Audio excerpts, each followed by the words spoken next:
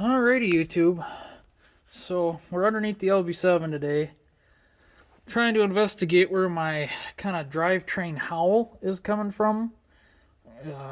It's really only under load, and it's speed dependent. So, and it sounds like it was like right behind me.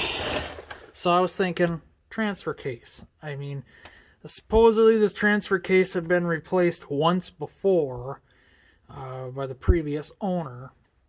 And I've had it out of here a few times now for various projects. But there's not that much slop. Like, I always thought the amount of slop here was something to complain about, but it's pretty tight right now. It's cold though, and it hasn't been driven a whole lot. But and especially with the power I'm putting out now, I mean, I would be surprised if she's ready to launch something, you know. That was my thought process on the matter. But I'm under here investigating, and as I'm grabbing the drive shaft, trying to feel for play and U-joints or noises or whatever, you know, I came down here and scanned out the rear diff. You know, I was banging on it, trying to make sure, you know, bearing's not loose or something like that. And you know, as I came back up here and was checking this U-joint, it just sounded like I had like a clunk, like right in the middle of the drive shaft. Like, what? You know, are there multiple layers to this drive shaft? Is it separating? I mean, why am I getting a noise right in the middle? Not back there so much, not up here so much, but yeah, in the middle. Just weird. And I don't know if you'll be able to hear it. It probably won't do it now.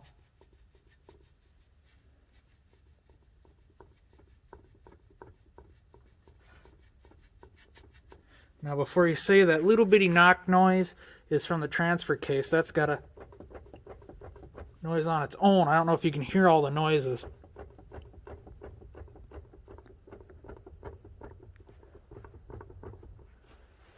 Well, I came back here, and we have a bad U-joint. Now, you should say, well, you're probably going to say that's you know, easy to tell, whatever. But this is such a minute amount of play. This isn't like it's ready to fall apart. I just had my fingers in here along, you know, the top of the boot and the joint, and moved the drive shaft with my other hand, and you could feel that only one joint, not the other ones, but only one joint has play in it, and is ever so quiet. And I'll see if I can get it so you can hear it better. That's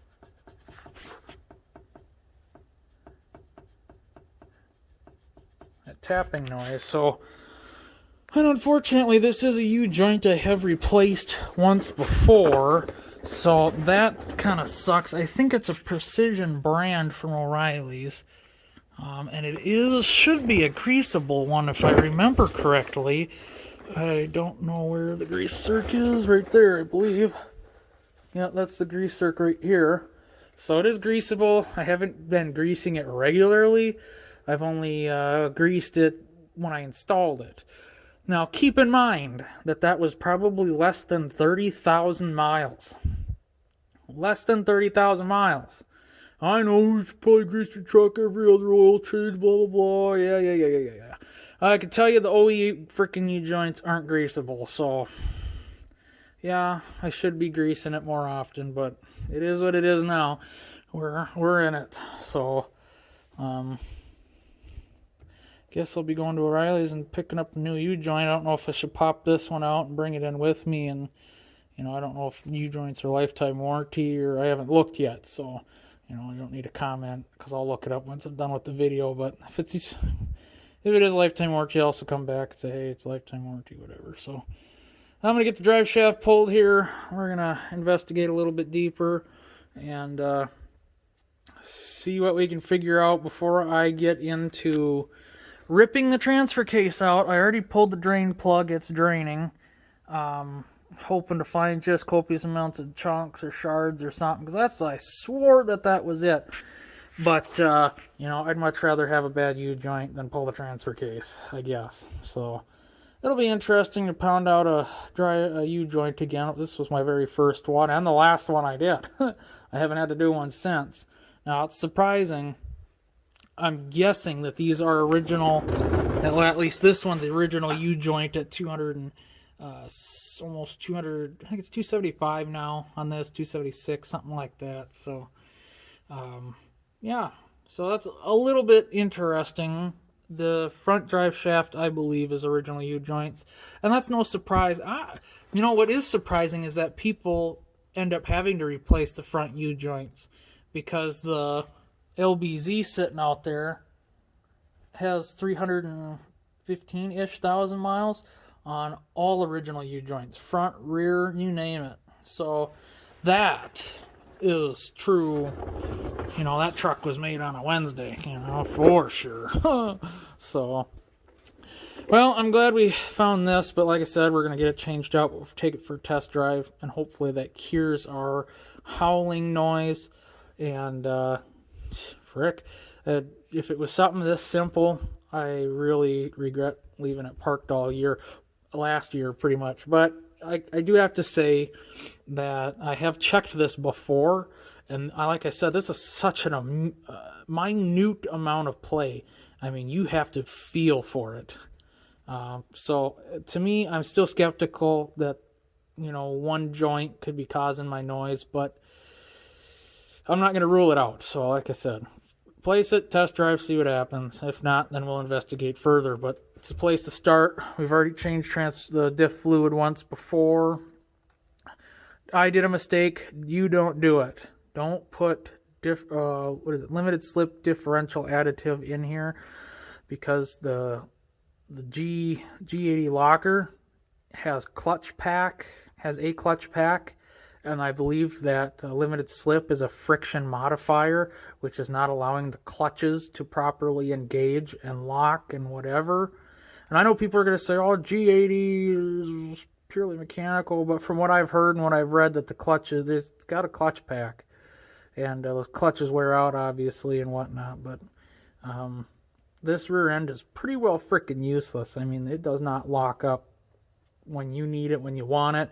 It's just when you least expect it, and that's not when you need it, that it locks up for a millisecond. And you're like, whoa, well, I was not expecting that.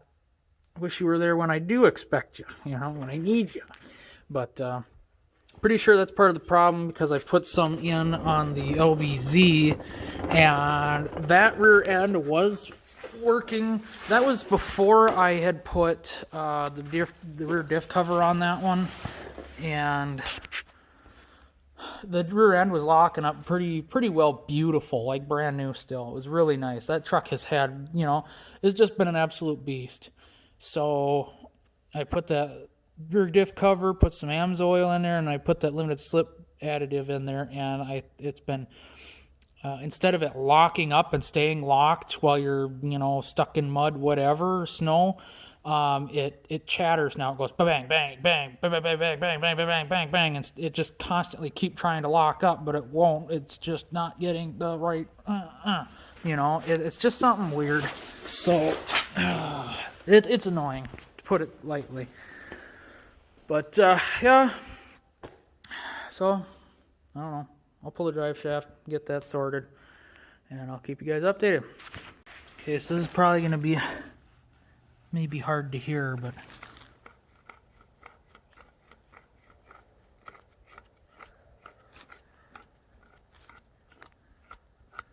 versus the other side.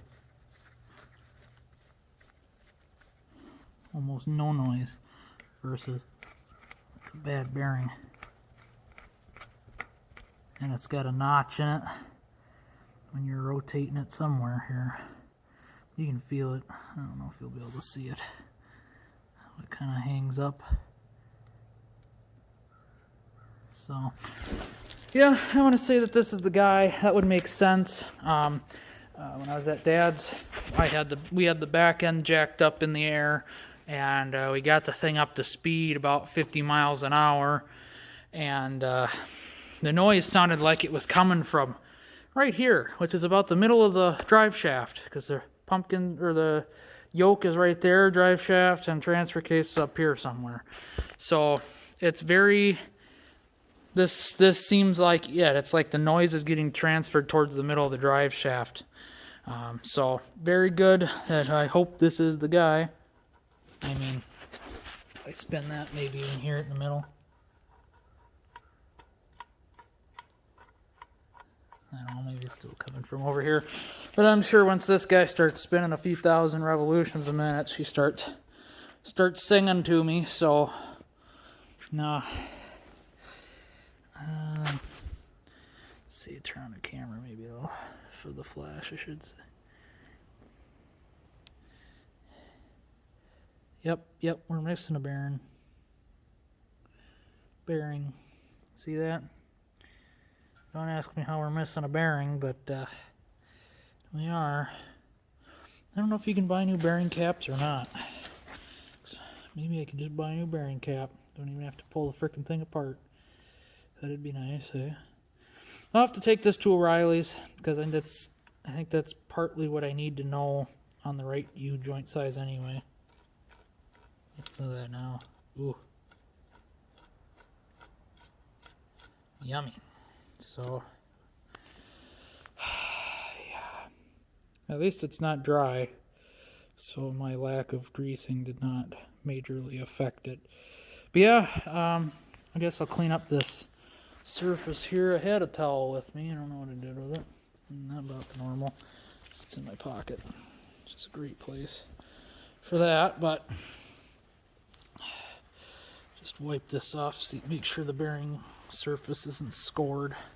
If you can get new bearing caps, that's what I'd assume do. So, I don't know if those are heat signatures or what.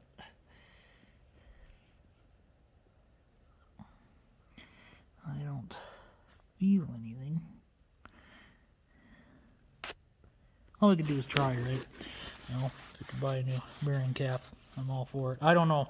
This, like I said, this is the very first U-joint I've ever replaced. I already took the springs off, but spring clip. So, like I said, if I can just get new bearing caps, that's what I'll do.